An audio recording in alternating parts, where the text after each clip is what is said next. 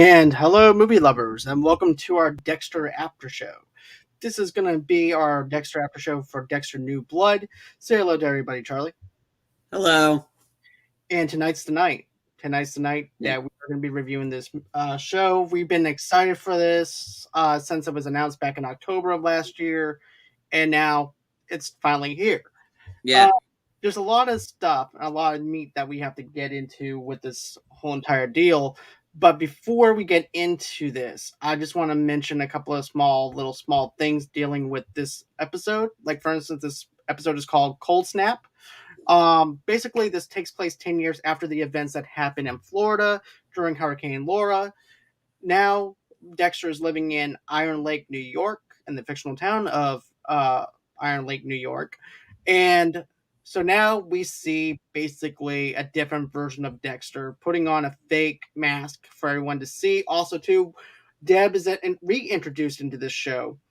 And I have a theory. Charlie has his theory as to what it is. You guys can decide on how you guys want to agree with Charlie and I or anything, but you can also debate about that amongst yourself on Twitter, on our Twitter feeds at Movie Lovers Unit, and we'll respond to you right away on that.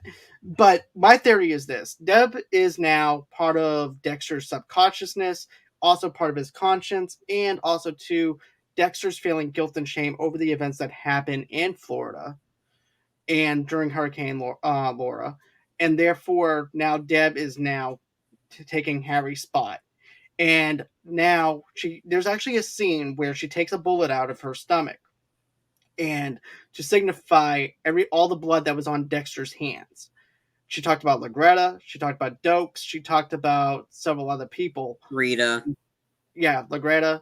And Rita, his wife. Rita. Yeah, Rita. Yeah. Thank you. Because I said Lagretta, I said yeah.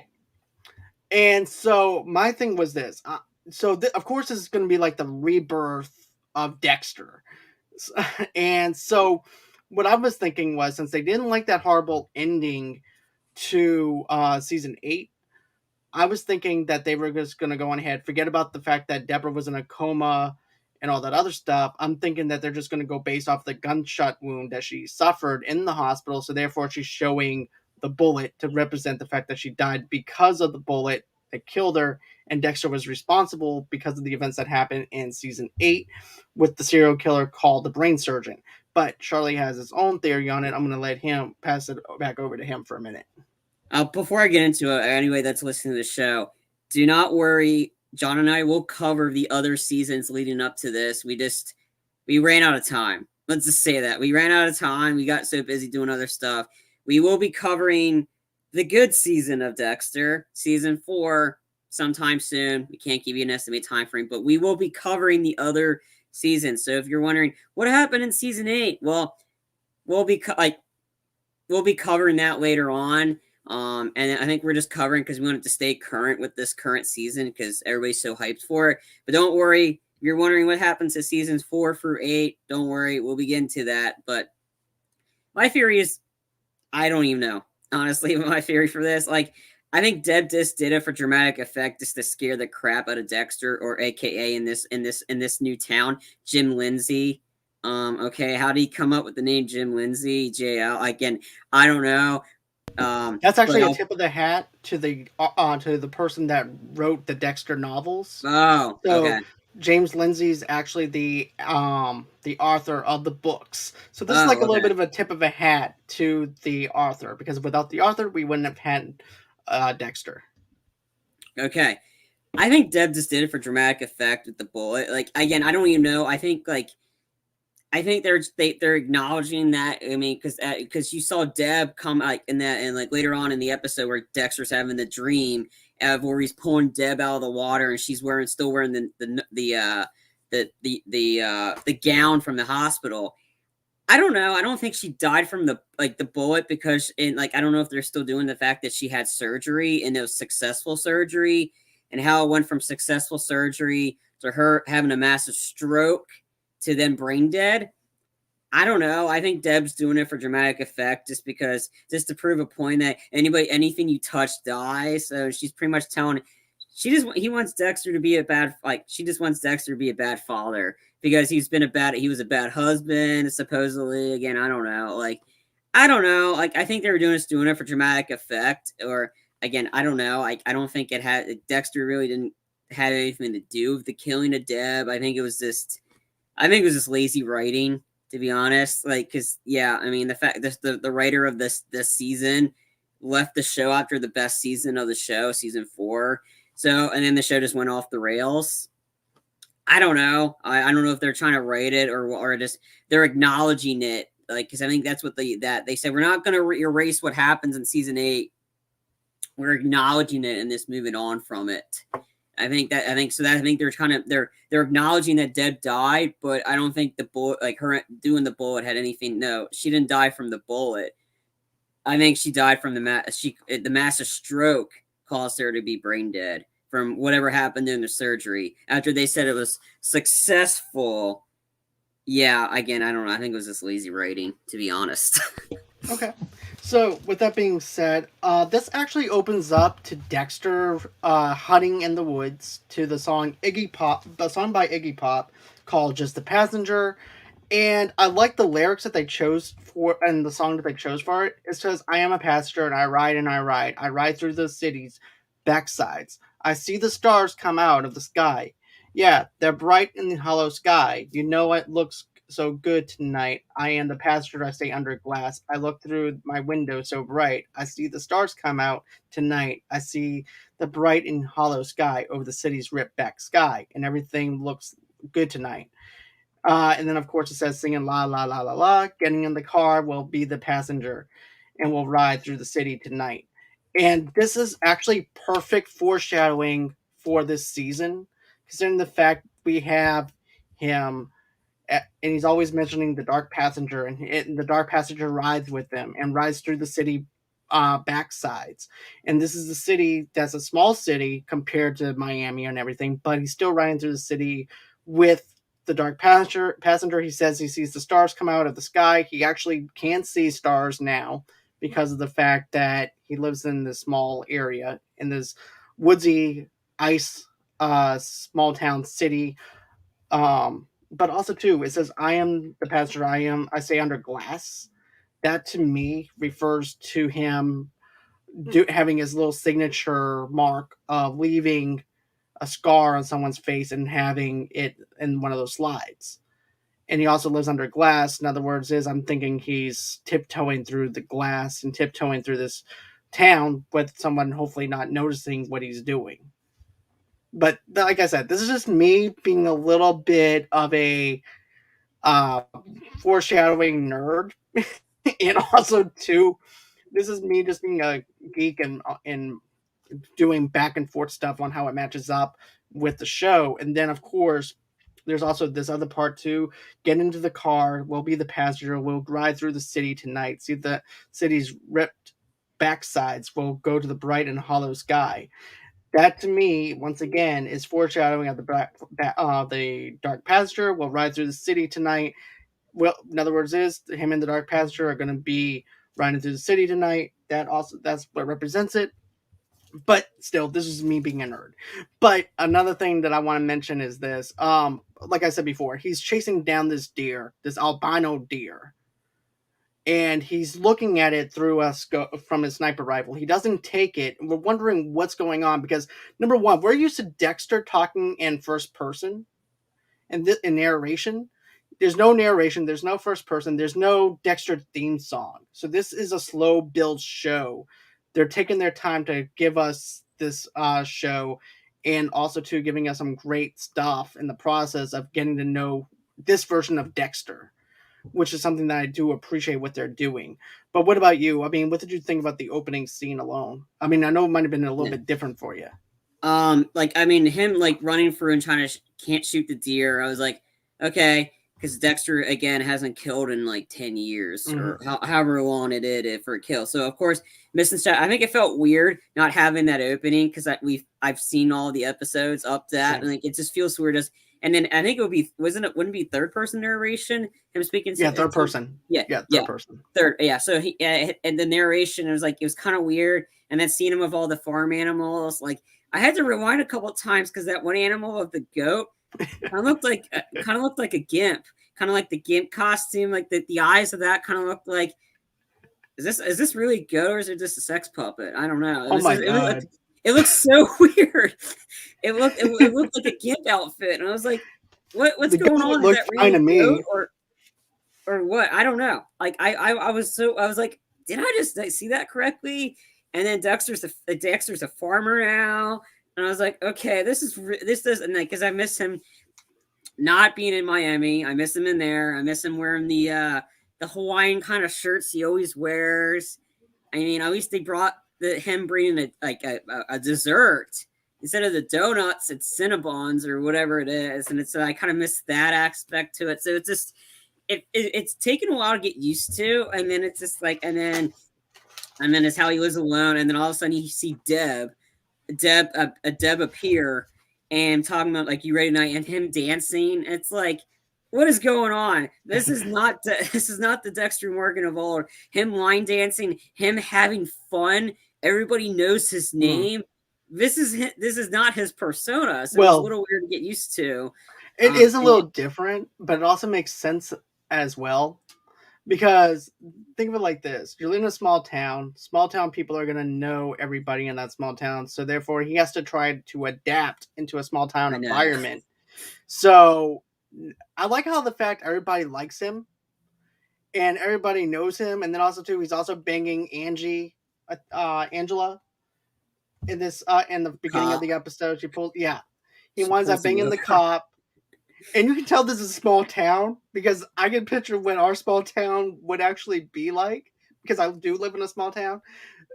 So and so's pies got stolen. There was also some other little miscellaneous stuff Yeah, I that mean, I know. happened. I remember you said that when we reacted to the trailer that that YouTube blocked for us, and it was like on that when we did a reaction, you mentioned that. I'm like, okay, the cops following him, pulling him over, and then they make out. Like, Yeah, really? And it's such a small town that you do that, yeah, and how word gets around fast. yep. I mean, it's kind of it's instant, but it's also kind of creepy. And Welcome to my world. but but yeah, it's just I don't know. For me, it was took a little while to get used to because it's like Mhm. again, we haven't seen Dexter in like since whenever the last season ended. We haven't seen that in years, and I don't know. It just takes a little while to get used to him in the cold environment, like him fishing, like Right. him chopping wood, or and then him Sharpening it the going ahead. Sorry. oh yeah, sharpening the knives. Well, that was his element, sharpening the knives. That was his element, and then him staring at the guy that's butchering the animal, and him just like staring at the blood, and is like, and he's like, okay, here you go, buddy. Oh, Mr. Lynn's like, oh, Jim, yeah, man, you're this lifesaver. I don't know. I'm so used to the word Dexter, not Jim Lindsay. Right. It's weird. And you know what though? I like the fact too. I even said this about that too. Dexter's just putting on a mask, covering up who he really is. Because remember, at season 1 of Dexter, he goes, "I love Halloween. It's my favorite time of the year because everybody's dresses up in Mhm. mask, but I get to wear one all the time." And that's all he does is he's wearing a mask to cover up everything that he did back in Miami, and everybody knows him. He's putting up a front. He's smiling at everybody. Also, too, he's sharpening the butcher knives and stuff like that. And to me, that felt a little bit out of the element. It says, yeah, he had a butcher knife and everything in his thing, but the if you notice though, the kit itself is smaller and it's different, and it looks more like a professional person sharpening the knives rather than him going out and killing somebody or anything like that now because he hasn't killed anyone in 10 years. Then he also works at this other place that's a gun shop and a knife shop, conveniently. And he also uses those weapons for his own self Mhm. and everything too. But I like how he goes into the shop at first, and he also has the gourmet of donuts. That's what I thought it was because I think it's Cinnabons. Okay, so cinnamon I buns. think they looked like cinnamon rolls. I think Okay. they each one have a different flavor. They didn't like because the donut ones, the box, same colored box, so it Yeah, looked like it's the same place. But I think the box was like bigger.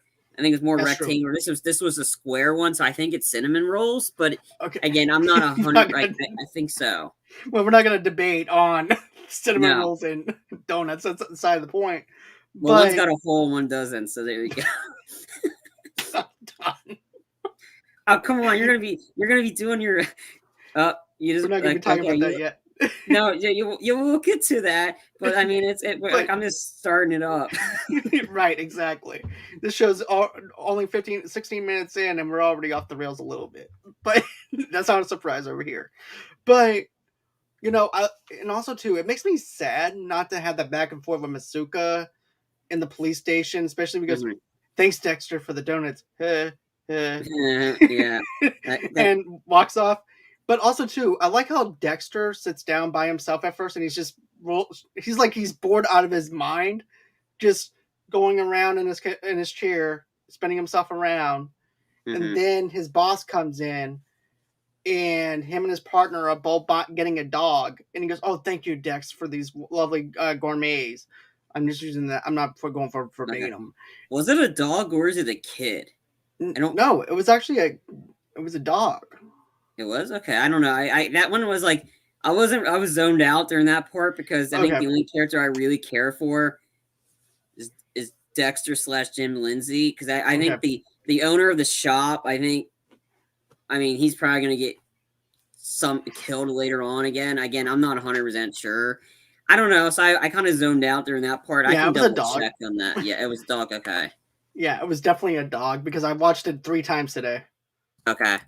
for this review. I watched the show 3 times, and also too, I like how everybody knows that him and Angela are together.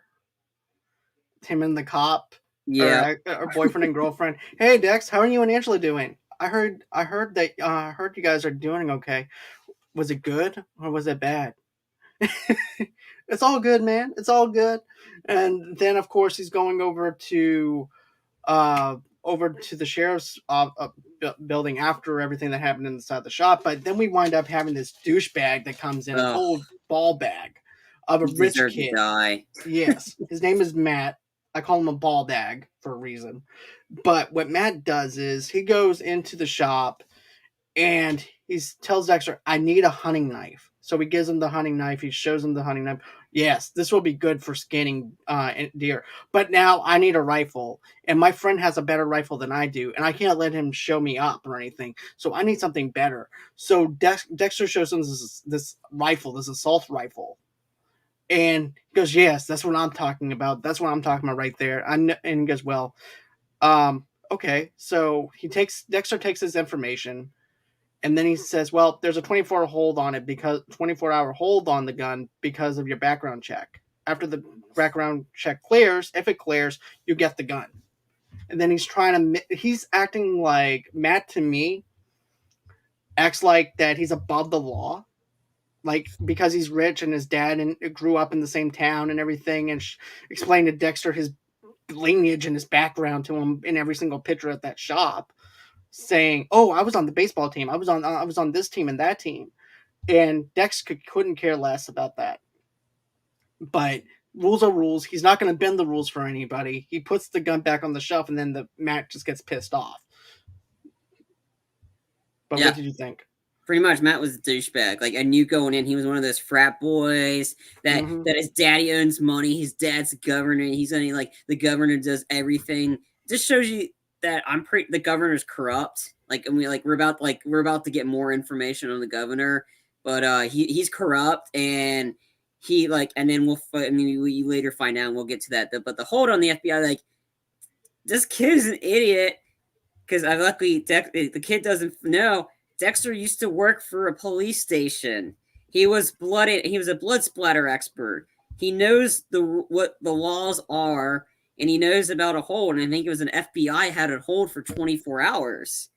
So and then we didn't know, and then of course the douchebag Matt comes up and tries to almost stab his friend, I don't think they were friends. I think he was probably paying him or whatever. Again, I don't know. It's just those guys were just bad people, and Dexter knew like sums up with these guys, and the guy's like, "Come on, man, can't you bend the rules? Don't you want to have fun? Like, don't you want to go to my party or whatever?" Like, he's trying to get Dexter to go to a party, and Dexter's like, Right. "I ain't going."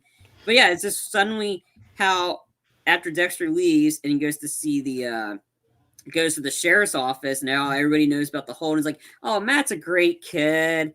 This shows you how oblivious in this scene everybody say that Matt's a great kid. This reminds me of the town and the Hot Fuzz.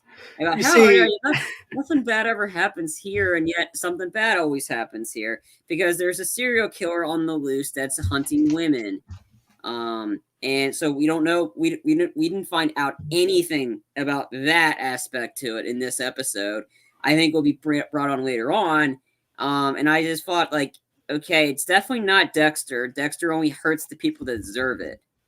And none of those girls probably deserve it. So I'm interested. I think it's the governor, to be honest. If we're doing theories, I think it's the governor that's killing these people.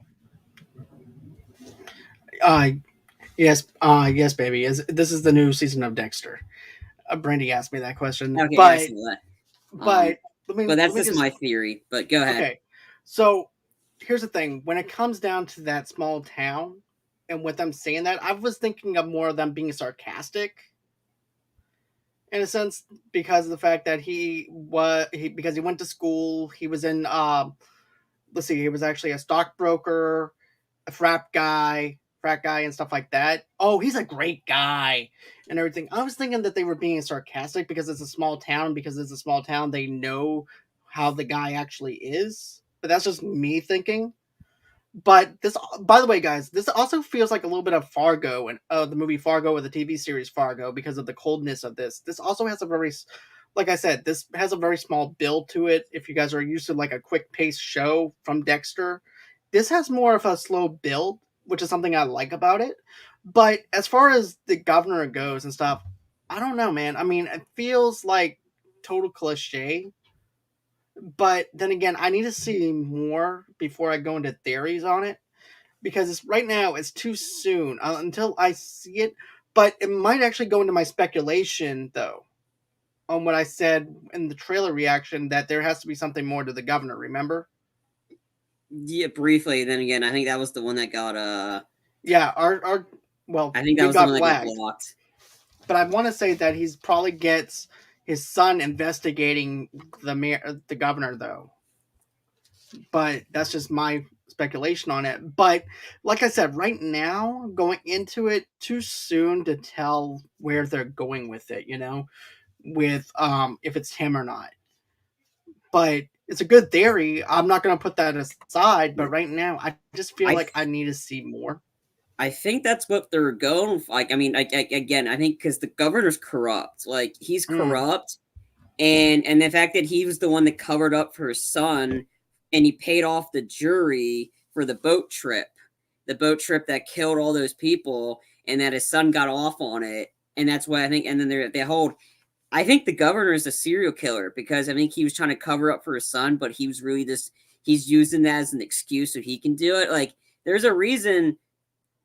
I think in the plot description where I think it was like when they first announced this show that they're looking that the mayor is or the governor or whoever the guy's son is, he is really a killer, and Dexter's is going to get him. Like, I think that makes sense because everybody, oh yeah, he's well liked.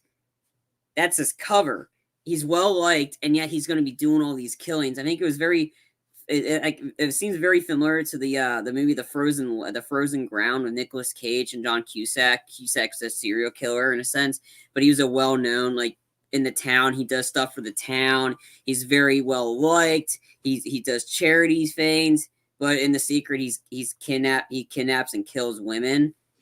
I think if they're going basis off that, I think the governor is the killer. I think the governor's killing all these women. And I think Dexter's going to find out about that. But because if the son's antics are like that, you can only expect that the same from because the apple doesn't fall from the tree. But I think the governor is definitely, I think he's the killer and the kidnapper of all these women.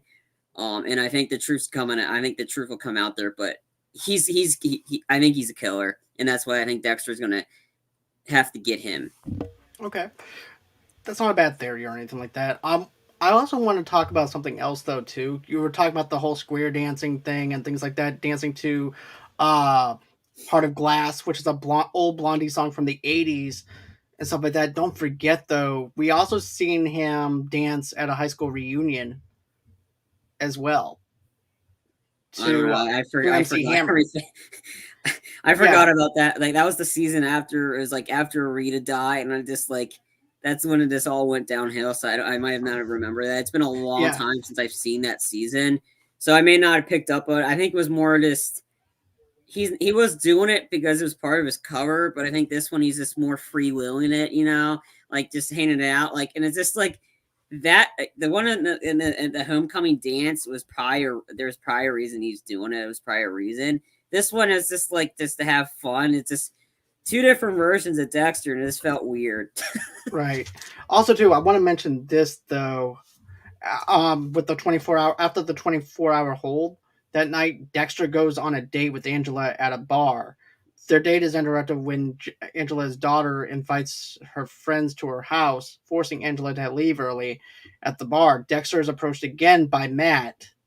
Because don't forget, Matt at this point is also buying rounds for everybody and getting loaded. And he goes, "Hey, hey, Mr. Lindsay, man, why don't you come over to my house tomorrow?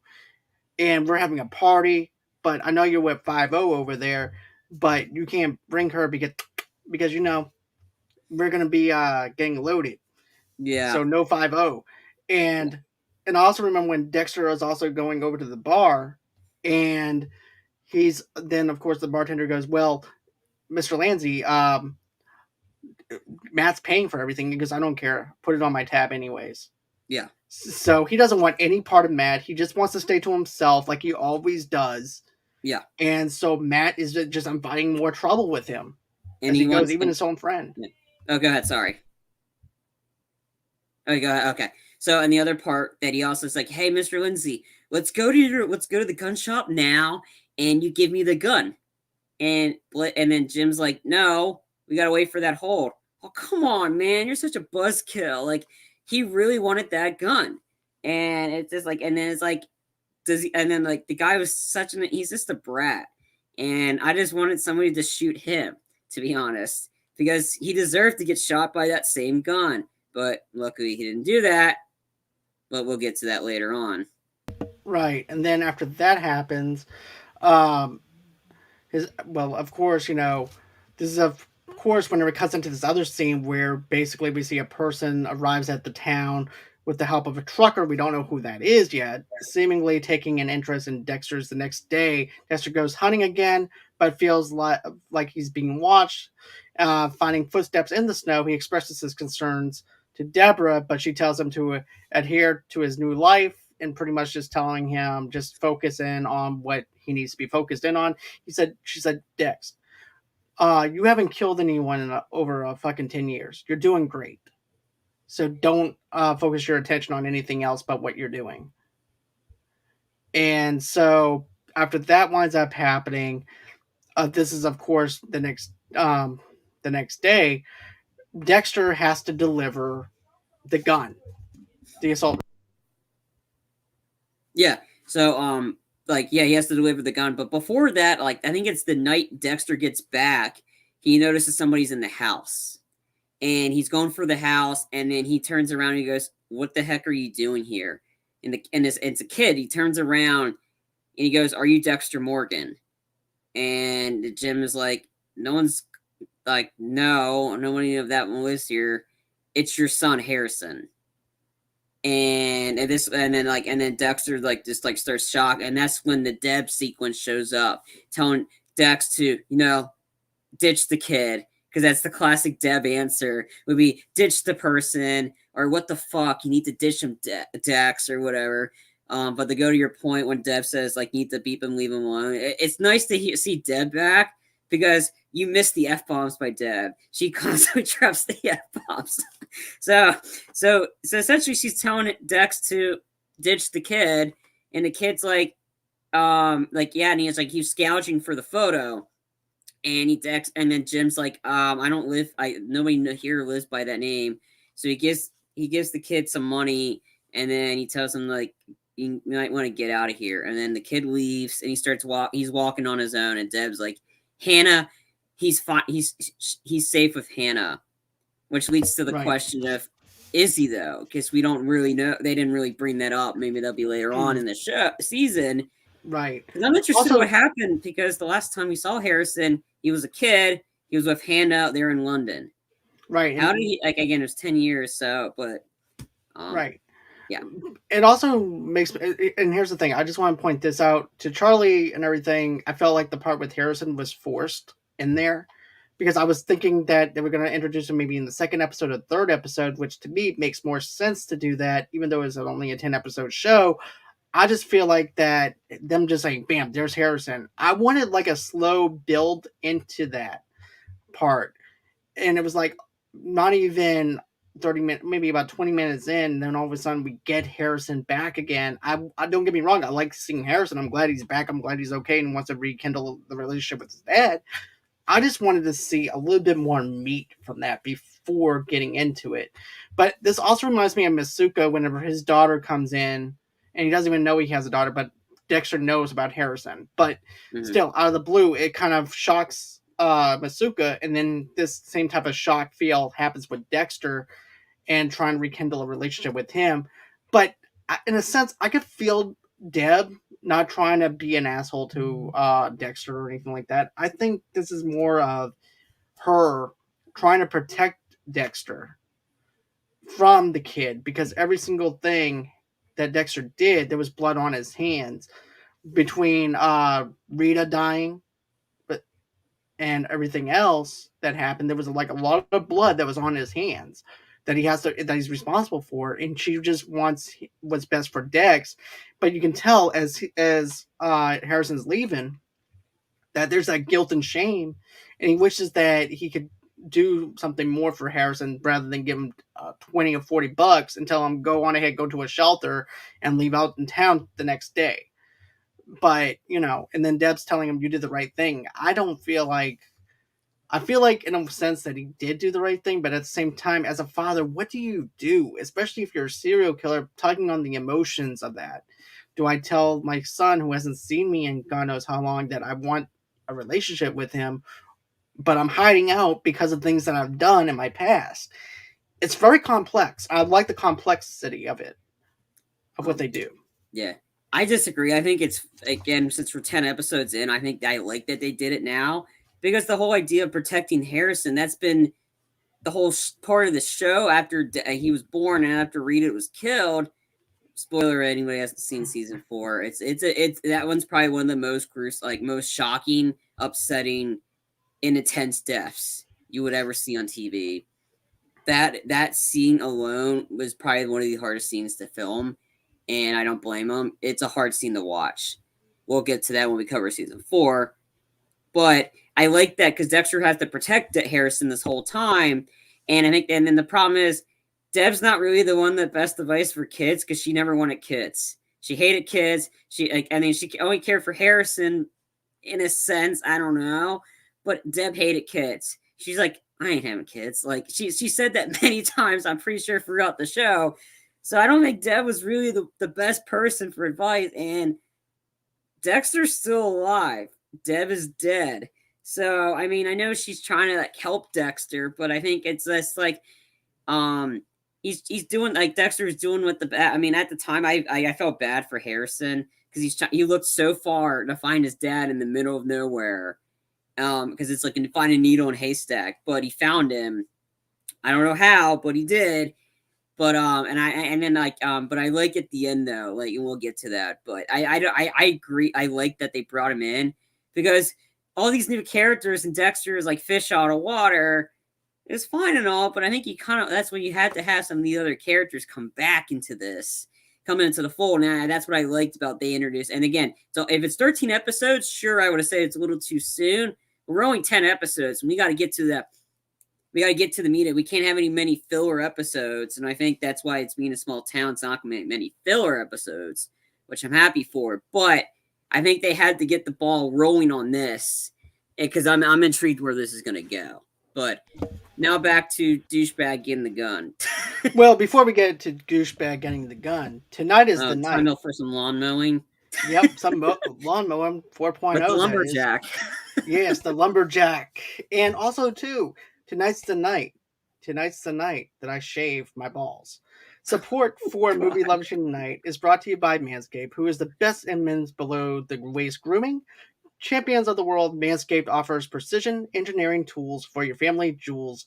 Manscaped just launched their fourth generation trimmer, the Lawnmower 4.0. You heard that right. The 4.0. Join over 4 million men worldwide who trust Manscaped. Dexter even trust Manscaped with this exclusive offer for you, 20% off and free worldwide shipping with the code Movie Loves Unite at manscaped.com. And imagine this, Dexter shaving with a sleek, well-designed and optimized trimmer that makes shaving time his favorite time in the bathroom before killing and slicing and dicing anybody into pieces in the bathroom.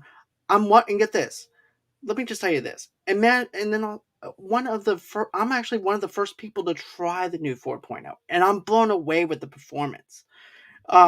The craftsmanship and details on the 4.0 are next level. You don't want to be nicking your balls or anything like that while you're shaving or anything. I hate that because I actually did that one time with the wrong trimmer, and I've been shaving with the wrong trimmer. Thanks to Lawnmower 4.0, I don't have to worry about nicking my balls or anything like that while I'm shaving or anything like that. You know what I mean, Charlie? I mean, I hate that awkwardness in an emergency room if you're bleeding out from your ball sack, and then you have to explain to the doctor why you're bleeding out from your ball sack.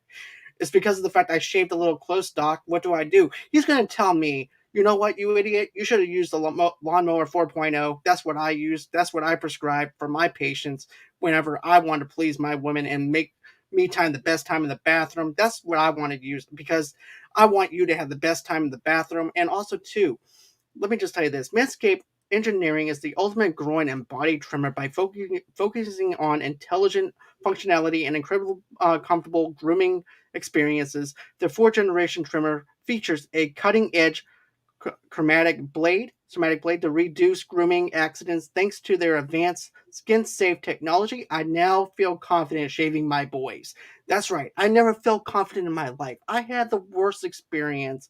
I had a sad experience to the point where I wasn't singing to my balls. I wasn't singing to my boys. But with this one, you can sing just the two of us to your boys and you'll be just fine because you have the lawnmower 4.0 at your side, at your service, at your convenience. And like I said, it's the best is focusing on intelligent functionality and incredible comfortable grooming experience. The fourth generation trimmer features a cutting edge somatic blade. And also too, this is also another thing that's great about it. This upgraded trimmer includes a multifunction on and off switch. That's always good. You don't want it to keep on going whenever you want to shut it off and it just keeps on going haywire on your nuts. You don't want to do that. That's really bad for your balls. You don't want to be bleeding out anywhere from the lawnmower 4.0. You want to be able to have a chance to cut that off. So the fourth generation trimmer features a cutting edge somatic. Oh, okay. This upgraded trimmer includes a multifunction on and off switch, can engage a travel lock. It also gives you the ability to turn the 4000 LED spotlight on and off when needed for a more precise shave. That's always good because you want to be able to find those hard to reach areas, especially whenever you're out and about or maybe working on your V8 engine in the dark for crying out loud. I don't know what guys do, but anyways, if you're working out on your V8 engine and everything, and you just want to shave your balls, hey, that's your business. But the great thing about it is you have an LED light to show those hard to reach areas that you never knew that you had before. Because when you get older, you never knew that you had hair before. So then, of course, the Lawnmower 4.0 even allows you to customize your trim through additional guard lengths with sizes 1 through 4. Did I mention wireless charging? The new wireless charging system uses electromagnetic induction, which can help battery length last longer. Men, if you've been shaving with the same nut trimmer on your face, you've been doing it wrong. No person wants to end up with pubes in their mouth. No, sir. Nobody wants to see it have pubes in their mouth.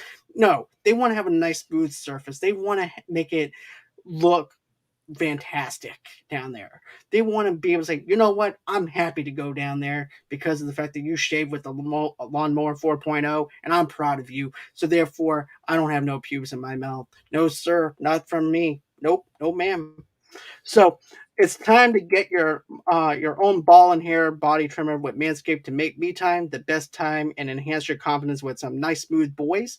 Get 20% off plus free shipping and handling with Movie Lovers Unite at manscaped.com, and your balls will thank you. So you can say you can have a nice pair of smooth criminals down under, to quote Exactly. Deadpool. Okay, moving on. Moving on to the house sequence, which is fitting because Matt's getting laid. You walk in on the sequence where Matt's getting laid, so you just timed that right. Right. You see, that's what I do So here at yeah. Movie Lovers Unite. Anyway, Lindsay's brought douchebag the gun while he's using his gun for another version of it, whatever. And the best friend's getting snorting some coke, and he's like freaking out, and then he's just just unloading his chest to Dexter, and Dexter's like, "Dude, I don't really have time for this. I don't want to be here." He's telling him the story of what happened on the boat, about how Matt was drunk. He went to play some chicken with the boat with another guy. Both of them were drunk, and then the guy gives up, but yet Matt decides to crash the boat into the other boat. And then he has his best friend take the fall for it after they pay off the, like, I think giving him like a couple $1,000s and a Rolex watch, and I think they paid off the jury too. Like, pretty much this kind of reveals that Matt's a bad person and Dexter needs to kill him. But Dexter doesn't want to do it. He just wants to get out of the house, get out of there. And then he sees one of the girls come out, and he goes, and she goes, "Mr. Lindsay, Becca, please don't tell my dad. If you get out of here right now, I won't tell your dad." And then Matt's like, "Hey man, you want to smoke?" And Jim's like, "No. Can I go? Can I leave now? Like, you need to sign this. Check. God, what? Like, he's like being the rich pretentious asshole that he is." And then eventually the kid gets the gun, and Jim leaves. But that's not the end of that story. But go ahead, John. No. But yeah, here's the thing with that scene though. His friend's also telling him this story while he's high on cocaine and getting jacked up on cocaine. And all Dexter wants to do is get the signature from douchebag Matt and get in and get out, and that's it. He didn't even want to be there. Fred made him go there in the first place. And I like how Matt is over there aiming the gun everywhere and then aiming it back at Dexter. And then you have that split image to where you think that Dexter actually does something to Matt Mm-hmm. because of how quick Dexter reacts to him whenever the gun is pointed at his face. He hurries up, does a John Wick move on him, takes the gun, shoves the gun handle Yeah, into the his stock, I nose, think. the stock into his face, causing him to die. And then that's just a daydream that he had of him wanting to do that, which is something that I really want him to do. But he winds up thinking back to the top thing here. I haven't killed anyone in 10 years, so I'm not going to do anything to him, even though he deserves it. So he just basically lets him off with a warning in a sense and stuff like that too. Then after that happens, then of course we wind up seeing him once again after returning to his cabin and everything. This is when Dexter finds someone inside and sneaks up behind. This is actually after that. Basically, whenever Harrison gets, Oh, um, okay. I must have been too soon when I described it, I guess. Again, I don't know. it's cool. Hey, it's Yeah, perfectly fine though. I mean, we yeah, we covered those yeah. things and stuff like that. But Dexter once again the next day goes hunting with the stag and eventually finds him. And then this time, instead of shooting him, he approaches the stag and pets it. Suddenly, the stag is shot by a gleeful I Matt knew that was going to happen. to Dexter's shock. And I had a feeling that a hunter or someone's going to shoot this stag because Yeah. the stag looks beautiful, to be Oh, honest yeah. with you. I just And knew. Yeah, go ahead. Sorry. I'll it's do my okay. faults afterwards. It's okay. But I just had a feeling that a hunter or someone was going to kill that stag while Dexter is petting it because I hear of hunting accidents all the time whenever it's dealing with animals and things like that, especially dealing in southern Mississippi and stuff like that. So I'm like, this is not a good idea. Number one, you're not wearing a safety vest to show where you. Well, I'm not sure if he is wearing a safety vest or not, but you know, I was just looking at all the strikes here, basically all the safety errors and stuff, and all of a sudden you see douchebag Matt just shoots the Stag and kills him right in front of Dexter. The Stag's blood splatter goes onto Dexter, and Dexter's pissed now. Now Dexter wants to kill him for killing the Stag. But also, too, what pisses him off even more, it may seem like that he's more pissed off at the Stag, but it's built up with a lot of emotions of him getting away with murder, which is something that Dexter can't stand. It's all rolled into one thing. All of a sudden, he winds up taking the rifle and shoves it into the Stag, in not the Stag, but the clip into his face and causing Matt to die. And that was just something that I wasn't expecting right off the bat. I had a feeling he would kill sooner or later, but for him to be like towards the end of the episode, I feel like that was good tension build up, to be honest. But what did you think? I knew the deer was gonna get shot. Like I knew instantly because I've seen too much stuff. But I just figured up that close and he gets shot. Like deer gets shot and Dexter's right there. Dexter's pissed, and of course it's douchebag Matt. But when he whacked like the blunt end of the gun to Matt, he didn't kill him there. He killed him later on. So he just knocked him out. Yeah, he just knocked him out. It was a really hit when you thought he was dead, and then Dexter cut the deer and eat the blood. I think he was doing something with the blood, maybe like because A to make it help him drag the body. I guess again, I don't know. That Or sequence to was make it weird. look like an accident where maybe Maybe Stag attacked him or yeah something. yeah Because yeah that remember, one yeah because now that I'm remembering correctly, he takes the same knife that he sold Matt, yeah does an incision in his leg, and then after that happens, he at first he wasn't expecting Matt to wake up. Then Matt wakes up. Then Matt starts yelling at Dexter and everything, and telling him, "If you kill me, my dad's going to hear about this, and he's not going to like it. What makes you think that you can get away with it?" He goes, "I was a serial killer." And then he asks him another question. He goes, "Once again, I got away with it before. What makes you think I yeah. I can't get know away with it now?"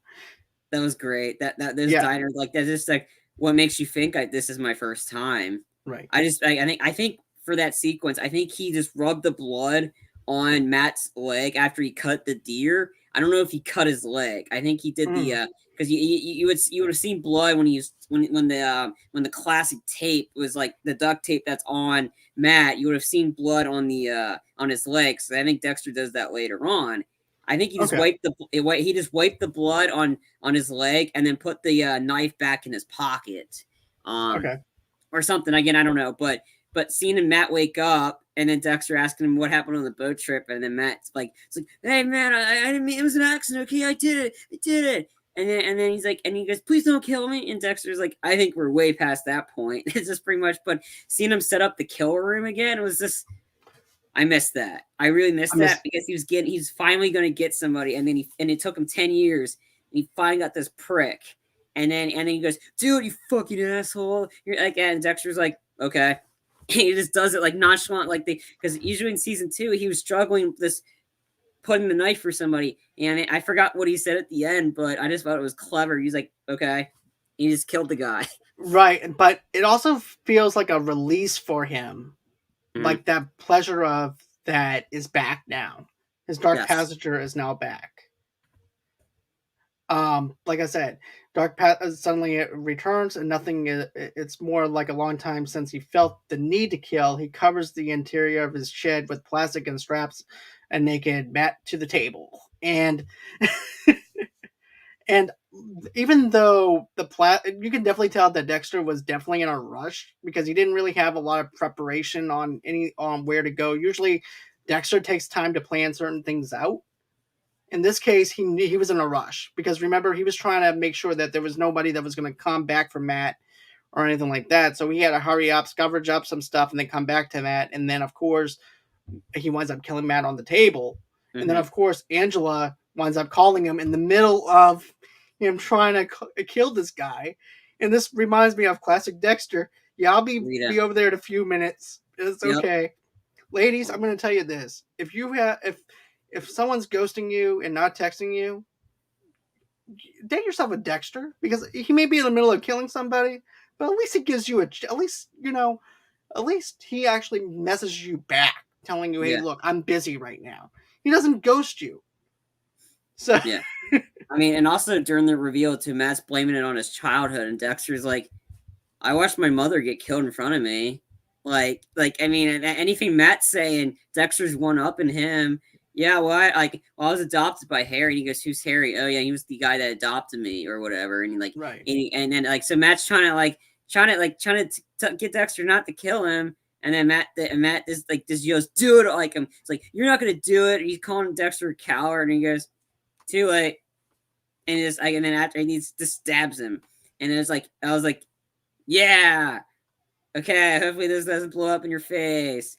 And of course, the end of the episode kind of reveals it might, since he's rusty. There's some blood that was in the snow that's right near the house.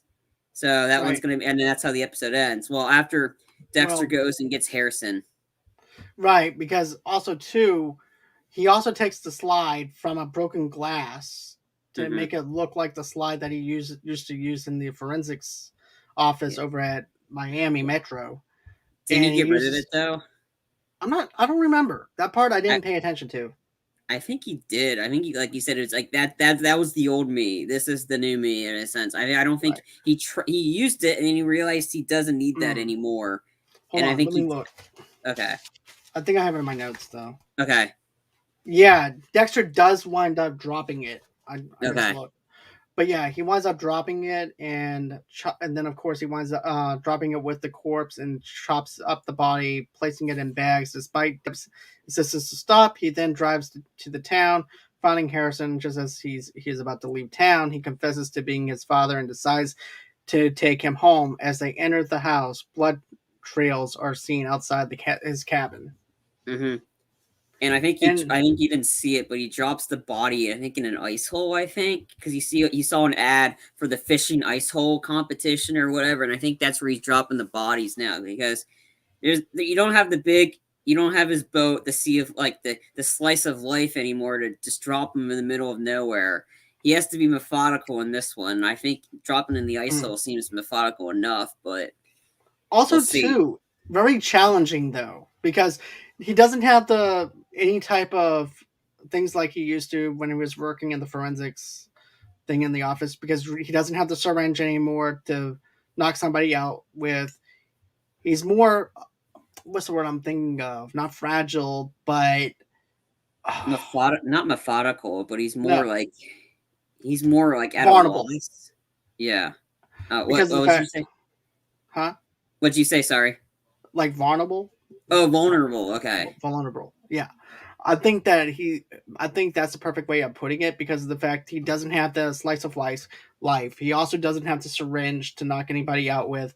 He also has to use other things and to do what he needs to do. But to me, putting them in that hole, to me, I would think that I know that it's a river and stuff, but it could get linked back over to him to where it's actually kind of sloppy. But then again, we didn't I see him don't know. drop off the body though. That's the thing. Right, right. The So we way don't that know. it is, we don't know. He drove past the Christmas tree lighting thing that his girlfriend and and her daughter were going to. He drives right past them, so we don't know if he fully. We saw the ad. Again, this could be a lot of misdirection too. We saw the Right. ad, and then we don't know what's going to happen from here. But so yeah, he may have dropped the bodies off. He may not have. I don't know. We'll Right. find out. But then, of course, the sheriff wants to go on ahead and put up camp over there to do some investigation around Dexter's house because of the blood trails and stuff. Yeah, that's the So, promo for next week's episode. They're trying to right. find Matt. But let me just go back on Harrison for a second, and then after that, we'll end it after that. Uh-huh. But I like how he tells Harrison, "Look, yeah, I was once Dexter Morgan, but that's not me anymore. But I do know that I want you in my life, and I do want you to be a part of my life." So he winds up taking responsibility for his son and takes him in. I can't wait to see his son opening up to Dexter on what happened with him and his mom, or if his mom is Hannah. still alive. Yeah, Yeah. I think the mom Rita's dead. I think Hannah was the new person in this life. I don't like his Harrison's real mom Rita. Well, she's dead. She's dead, and she's not coming back. No. Was this say that she's not coming back? It would be really weird if she did come back. I seriously doubt that happened unless it's in like a memory thing, like a dream sequence, kind of like what happens with like sequence with Deb. But Rita's not coming back, so Hannah, I'm interested to see what it would find out from her, and be interesting if any other characters show up, which I seriously doubt happening. But that'd be kind of cool though. But Right. I would like to see Angel come back or Masuka or someone. yeah, But one thing that I liked about this though is there's not so many side plots on this like one. Joey. Right, like the Joey plot or anything else. This is basically just focusing in on Dexter, and there's no side plot right now. So that's something I do appreciate the fact that they're doing. They're giving us just a life, basically the new life of Dexter Morgan and slash Jim Lanzi. Lindsay, But yeah. there's one thing that I want to mention before we go is this. There's a song that's being played at the very beginning, and it's called King of One Horse Town. This is whenever he's being first gets into the town and we're introduced to other people. But it says every day is just a little white lie, telling myself I'm getting by. I just stay in this room and cry. The snow, it covers up the ground, and I can't hear a single sound. I turn off the TV and go for a drive, but I can see that there's any sign of life except this Christmas tree with blinking lights. I could have made it, but I messed around. I'm a loser with a rusted crown. Scared if I jump into the ocean, I might drown. King of a one horse town. I'm taking the king of a one horse town. I barely pull my weight around. I thought about leaving, but I don't know. Wouldn't even know anywhere to go. Guess I'll stay on Desolation Row. Go get stoned and hang around. The beat of my drum is the only sound. I would jump into the ocean, but I'd be scared I'd drown. King of a one horse town. So I like the whole entire thing of him lying, telling a little small light white lie and covering it up on who he is. And also too, like I said, I'm gonna be nerding out a little bit with the foreshadowing of the songs. This is just me and what I do, Yeah. dissecting certain things. And I want to put out But there, we do not own the rights and lyrics to those songs. Just figure I'd put that out there. right, but I'm not singing it either. I'm just quoting songs. So if I was singing it, yeah, there'd be a chance of a copyright probably striking You us. reading But it, seeing it kind of sounds like the same thing, but I just figured we should put that out there just in case. true. But still, I mean, I like this kind of stuff. I dissect songs all the time whenever it comes down to movies and stuff like that, doing some foreshadowing within that world and stuff. So, by the way, that song is, like I said, is One Horse Town if you ever want to check that out. So, that's going to be it for my thoughts. What about you, though? I mean, it's a good start. I mean, we got Dexter back. That's the important thing. And it starts out great. The ending is the question. Like, okay, you redeemed it and you got the people back. Let's end it on a right note. If you're going to end this show for real, or we're going to continue it on. Like, Right. the ending is the key. So you can start out great, and I think it's interesting. It's a little weird seeing this, but I'll get used to it. But the ending, nail the ending! Exclamation point! Exclamation! Like, because don't get our hopes up and then chop us at the knees like Dexter would. Like, don't do that to us. We're fans of the show. Don't ruin this, because I want to make sure we have a good ending and it's satisfying. Right. If this is going to be the last season of the show, if it's not, have a good ending and lead up to whatever we do. Another season. Like, end on a good note. That's all I want. Right. Also, too, I just want to point this out with the whole Angela thing, the cop. I think it's a smart move for Dexter to have a cop on his side because now he gets some intel on what's going on. And then I wouldn't be surprised if we see him faking some blood splatter analysis to her all around his cabin and covering up some trails or something. That's just my speculation going into the next episode of trying to get them off their trail. Yeah. Saying, but you know what'd be funny though is like I used to know this guy in Miami Metro, who happens to be a blood splatter analyst, and he told me the tricks of being an analyst. So let me go ahead and give you some expertise that I learned from him. As if he still has that knowledge. Again, I don't know. I can see him still having that knowledge. I don't think that he's going to lose that knowledge. I think that's still stuck with him. I think it's just him covering up who he is right now because of him being in this small town. But still. But yeah, I'm very excited to see what we have for this next episode coming up. As a matter of fact, episode's 2 episode is called Storm of Fuck.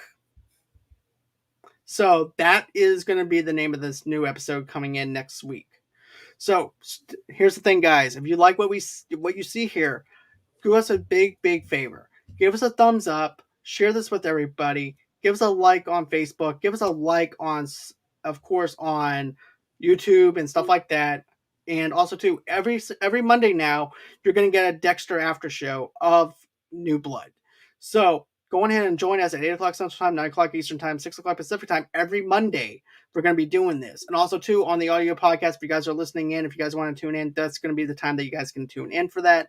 Another thing, too, is tomorrow, 8 o'clock Central Time, 9 o'clock Eastern, 6 o'clock Pacific Time, I'm going to have a independent director or producer named John Wayne III. And matter of fact, he has a film that I'm going to be interviewing him for his independent film tomorrow night.